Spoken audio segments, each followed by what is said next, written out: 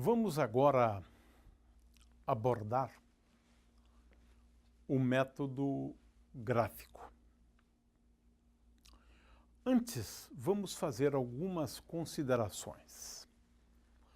Nós dividimos aqueles 6 tipos de lentes em 2 categorias. Na primeira categoria, nós temos as lentes ditas lentes convergentes. Ora, como é que podemos classificar as lentes convergentes? As lentes convergentes são aquelas lentes para as quais a coordenada f, a abscissa do foco é positivo, ou a coordenada f é positiva. No caso das lentes divergentes, a situação é oposta. F é negativo. Ora, o que significa isso? Se eu tenho um ponto P no infinito, então 1 sobre P mais 1 sobre P' é igual a 1 sobre F. Então, para as duas, valem as mesmas considerações. Ou seja, se P está no infinito, isto é igual a 0, e eu concluo, portanto, que P' é igual a F. O que significa isto? Para estas lentes convergentes, a plano convexa, biconvexa, por exemplo, acabamos de ilustrar há pouco este caso.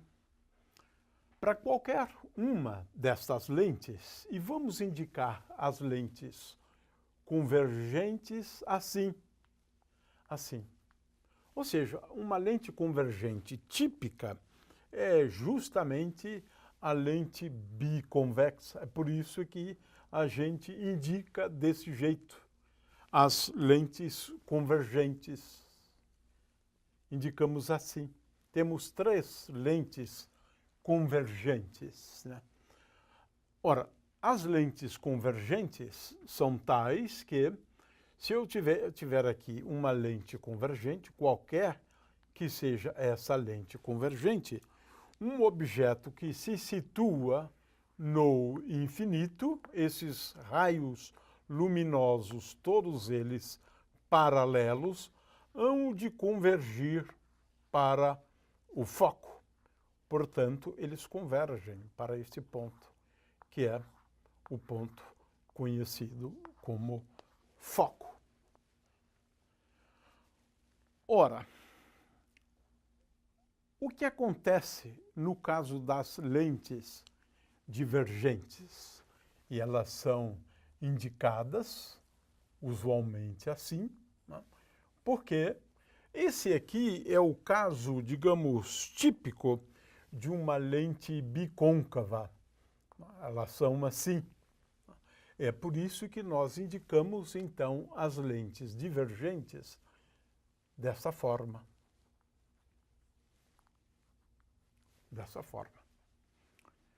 No caso das lentes convergentes, o que acontece? Acontece a mesma coisa.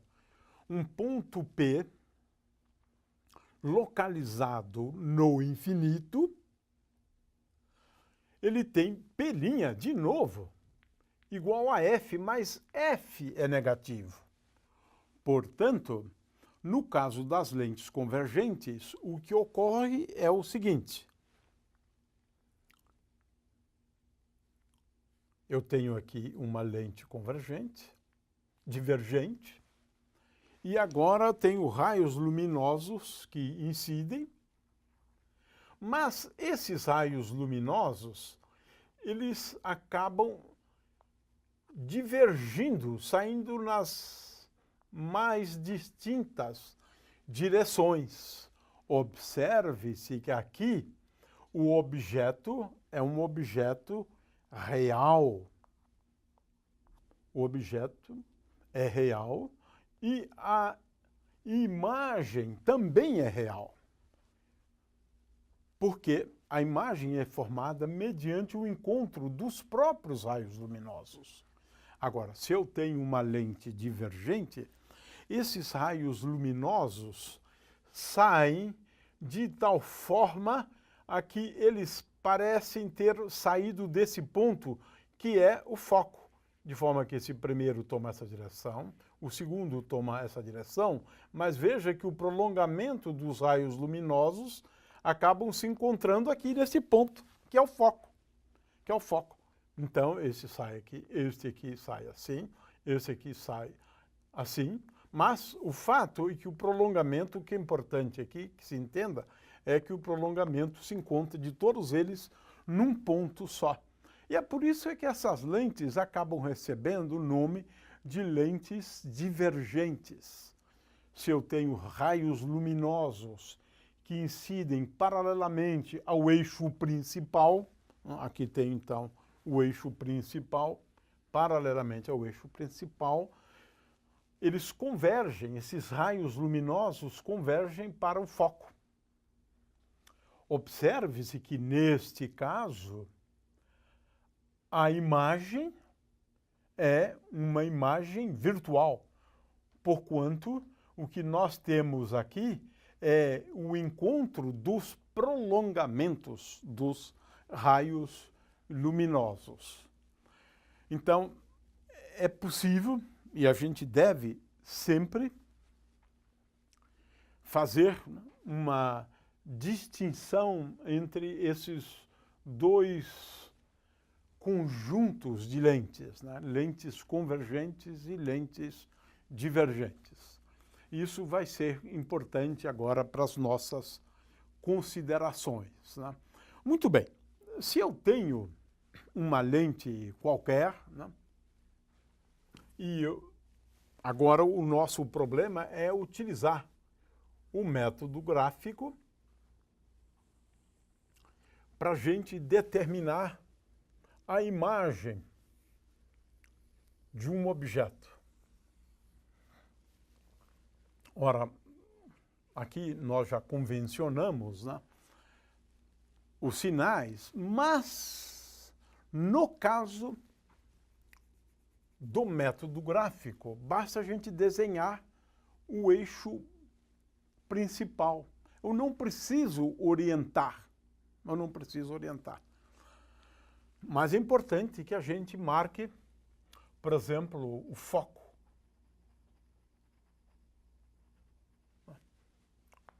Mas lembre-se que eu tenho também um outro foco, pensando sempre na luz incidente nessa direção, passando por aqui. Então, a rigor, né, eu tenho dois focos, né? Então, se eu tenho aqui o eixo principal e agora não vou orientar, porque o método gráfico ele não faz uso das coordenadas. De forma que se eu tenho aqui, então, um objeto, uma vela, por exemplo, e aqui eu tenho a extremidade da chama, o meu problema é de determinar a imagem utilizando o método gráfico. Ora, nós fazemos uso de 3 raios apenas. É claro que eu posso traçar uma infinidade de raios. Em princípio, isto é possível. No entanto, o método gráfico ele faz uso de apenas 3. Por exemplo, um raio luminoso que incide paralelamente ao eixo principal, não sei, não me importa o que acontece aqui, mas eu sei que esse raio vai sair passando pelo foco. No caso, claro, de uma lente convergente. Aqui está, então, a diferença. Então, eu tenho este raio luminoso, ele incide e ele passa pelo foco, e é claro, ele continua, ele não para no foco. Esse raio aqui continua. Então, esse é um primeiro, né, raio. Um segundo raio seria aquele que passa por esse outro foco. Se ele passa por esse outro foco, incide sobre a lente, e aqui não importa o que vai acontecer aqui, nós já sabemos que esse raio vai sair paralelamente ao eixo principal, ora, até se encontrar, né, com esse outro raio. Temos aqui, portanto, já a posição da imagem. Já podemos adivinhar onde se encontra a imagem pelo método gráfico. É claro que aqui eu tenho ainda um terceiro raio que, claro, pode ser utilizado, né? Que é esse raio luminoso que passa pelo centro óptico. E esse raio luminoso, ele vai passar sem se desviar. Então, a rigor, ele se desvia um pouquinho, mas a gente despreza esse desvio aqui, né? Considera esse raio como se não tivesse experimentado um desvio. Então, veja bem, eu posso considerar sempre, né, no caso de uma lente qualquer, eu devo considerar 3 raios. Um raio que incide paralelamente ao eixo principal e ele vai passar pelo foco, ou a continuação dele vai passar pelo foco. Um raio que passa pelo centro óptico, ele passa praticamente sem se desviar e eles se encontram neste ponto. Um outro que passa pelo foco, ele vai sair paralelamente ao eixo principal. Veja que aqui eu tenho um método para determinar uma série de características da imagem. É claro que não dá para saber precisamente onde ela se encontra, mas dá para saber aproximadamente onde ela se encontra. Se quiser determinar precisamente onde ela se encontra, temos que usar a equação dos fabricantes de lentes. 1 sobre P mais 1 sobre P' é igual a 1 sobre F. Aqui eu não faço uso do referencial. E é, às vezes, muito útil este método gráfico. Muitas vezes, ele se torna um elemento importante, né, para a gente determinar a posição da imagem. Na realidade, aqui, eu poderia ter substituído essa lente aqui por uma lente convergente qualquer. Para qualquer lente convergente, vale isso que eu acabei de fazer aqui e de explicar aqui. Então, eu acabei de explicar o método gráfico para uma lente convergente qualquer. Uma lente convergente qualquer. Ora, À medida que eu aproximo o objeto, você pode ver que a imagem dele vai ficar aumentada, né? Ainda invertida. Mas o fato é que essa é a situação desde que você esteja antes do foco, né? Mas vamos agora então analisar um segundo caso, mas os demais casos são relativamente simples. A ideia é sempre a mesma. 3 raios luminosos, paralelo ao eixo principal, passando pelo centro óptico, o segundo, e o terceiro passando pelo foco. Vamos agora então a um último exemplo, onde eu considero aqui uma lente. Agora não vamos explicitar o tipo de lente, né? Uma lente divergente, pode ser uma lente, por exemplo, bicôncava, por exemplo. É claro que aqui temos que considerar o eixo principal da lente e a gente sempre considera a imagem de um objeto.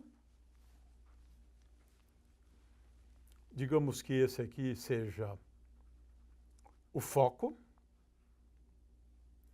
Eu tenho aqui um foco, tenho aqui um outro foco. Então, se eu tenho aqui um objeto qualquer, eu quero determinar a imagem desse objeto, né? Agora, eu devo fazer, né, aquilo que já explicamos no caso do método gráfico. Eu quero determinar a posição, quero determinar se a imagem é invertida, se a imagem é real. Esta aqui, a imagem é invertida e ela é uma imagem real, ou se é uma imagem virtual, né? Muito bem. Ora, nesse caso, como dissemos antes, a gente deve começar considerando um raio luminoso paralelo ao eixo principal, né? E como a lente é uma lente convergente, esse raio vai sair passando por um dos focos. Então é como se ele viesse desse foco, vai sair assim, esse raio, né? Um outro raio luminoso, ele passando pelo centro óptico, esse raio luminoso vai passar sem desvio. Sem desvio. E agora? Bom, mas o prolongamento desse raio luminoso é aqui. Está aqui, o prolongamento. Estou fazendo agora o prolongamento desse raio luminoso. Portanto, o que nós temos aqui é uma situação onde a imagem aqui, ela é direita, ela é virtual. Por quê? Basta considerar o prolongamento dos raios e ver onde o prolongamento dos raios se encontra. É claro que não adianta nada ficar procurando onde é que os próprios raios se encontram. Ora, a lente é uma lente divergente, consequentemente, os raios, os próprios raios, nunca se encontrarão, mas os seus prolongamentos se encontram. Veja que aqui eu considerei o prolongamento desse raio, o prolongamento e o prolongamento desse raio aqui, desse raio. E agora os prolongamentos se encontram num ponto. E com isso eu tenho então como determinar graficamente